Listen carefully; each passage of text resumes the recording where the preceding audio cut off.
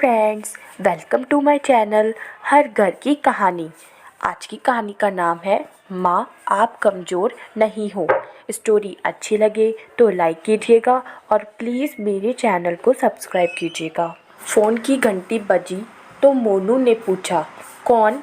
जी, मैं दवाई की दुकान से आपकी दवाइयाँ लाया हूँ, पर सड़क पर घोर अंधेरा है, इसीलिए मैं मकान नंबर नहीं पढ़ पा रहा हूँ।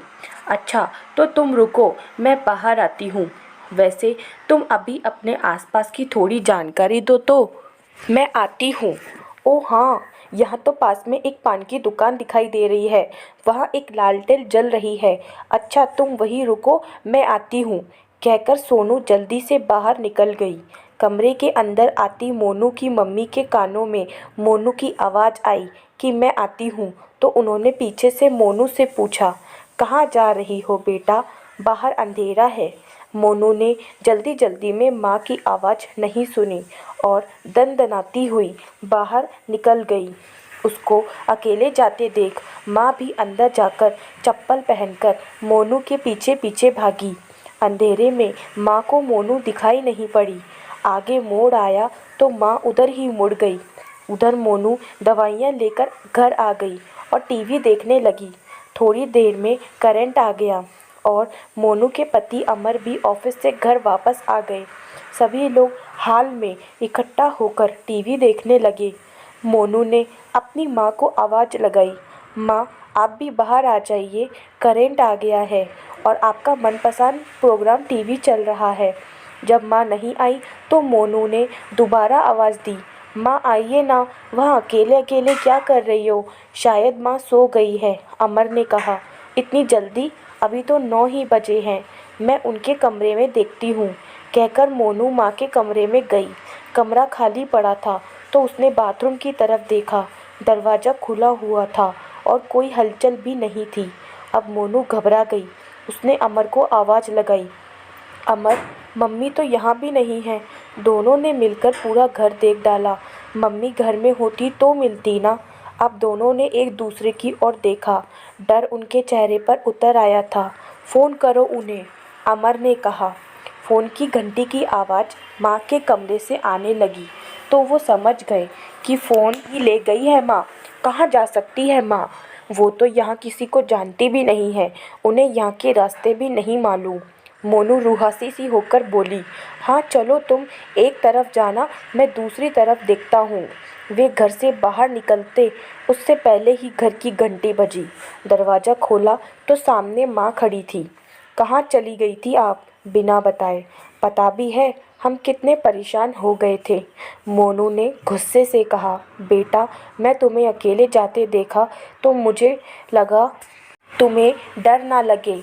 नहीं, मुझे मालूम है कि तुम अब बड़ी हो गई हो और डरने की कोई बात भी नहीं है, पर फिर भी मैं तुम्हारे पीछे निकल पड़ी। तुम तो जल्दी जल्दी कदम बढ़ाती चली गई, मैं बुढ़िया धीरे धीरे घिसटती सी कब तुमसे बहुत पीछे रह गई पता नहीं चला। एक गली में तुम्हारी परछाई सी दिखी तो मैं उधर ही मुड़ गई। वो तो भला हो इन भैया का, इन्होंने मुझे किसी तरह पूछताछ के घर पहुंचा दिया। ओह भैया, आपका बहुत बहुत धन्यवाद। आइए बैठिए ना, मोनू ने कृतज्ञता से कहा। देखिए, ये तो मेरा फ़र्ज़ था। अच्छा, आप अंदर तो आइए, एक कप चाय तो पीजिए। नहीं नहीं, अब मैं घर जाऊंगा, वहाँ मेरे परिवार वाले परेशान हो रहे होंगे। देर होती देखकर कोई ढूंढने ना निकल पड़े। मोनू और अमर उन्हें बाहर तक छोड़कर अंदर आए तो देखा माँ चुपचाप रो रही है। मोनू ने उनके पास बैठकर उनका हाथ पकड़कर कहा, माँ शांत हो जाइए, अब आप घर आ गई है ना। हाँ, पर अगर ये सज्जन ना मिलते तो मैं बुढ़िया अकेले क्या करती? सबसे पहली बात तो आप बुढ़िया नहीं हैं, 7 साल की उम्र भी कोई उम्र होती है। दूसरी बात, आप कमज़ोर नहीं हैं। हाँ, अभी थोड़ा डर गई हैं, पर आप कमज़ोर कैसे हो सकती हो माँ? याद है ना, जब पापा का ट्रांसफ़र हो गया था और वो हमको छोड़कर टूर पर गए थे, तब मेरी तबीयत कितनी ख़राब हो गई थी। तब आप अकेली उस अनजान शहर में मुझे लेकर डॉक्टर के पास गई थी और पूरा इंतज़ाम किया। इतना ही नहीं, रोज़ मुझे स्कूल पहुंचाना और ले जाना, और घर के सारे बाहर के काम कौन करता था? आप ही तो करती थी ना। पापा के ना रहने के बाद आपने खुद को घर के अंदर कैद कर लिया, ना कहीं आना ना जाना, ना किसी से मिलना जुलना। इसीलिए तो आपका मनोबल टूट रहा है। माँ, आप हमेशा सबको समझाती थी कि अपने को कमज़ोर नहीं समझना चाहिए। जब अपनी शादी के बाद ससुराल वालों के दुर्व्यवहार से दीदी डिप्रेशन में चली गई, तब आप ही उन्हें डिप्रेशन से बाहर लाई थी। तो आप ऐसी क्यों हो गई माँ? मुझे तो मेरी वही स्ट्रॉन्ग पुरानी माँ चाहिए। अब मैं क्या करूँ बेटा, मुझसे नहीं होता। होगा माँ, आप कल से ही बाहर निकलिए, आस पड़ोस में जाइए। 4 कदम की दूरी पर पार्क है, शाम को वहाँ जाकर बैठिए। जो आपका मन करे वो करिए और खुश रहिए। खुद को कमज़ोर और बेचारी मत समझिए। सच तो ये है माँ, दुनिया की कोई भी माँ कमज़ोर नहीं हो सकती।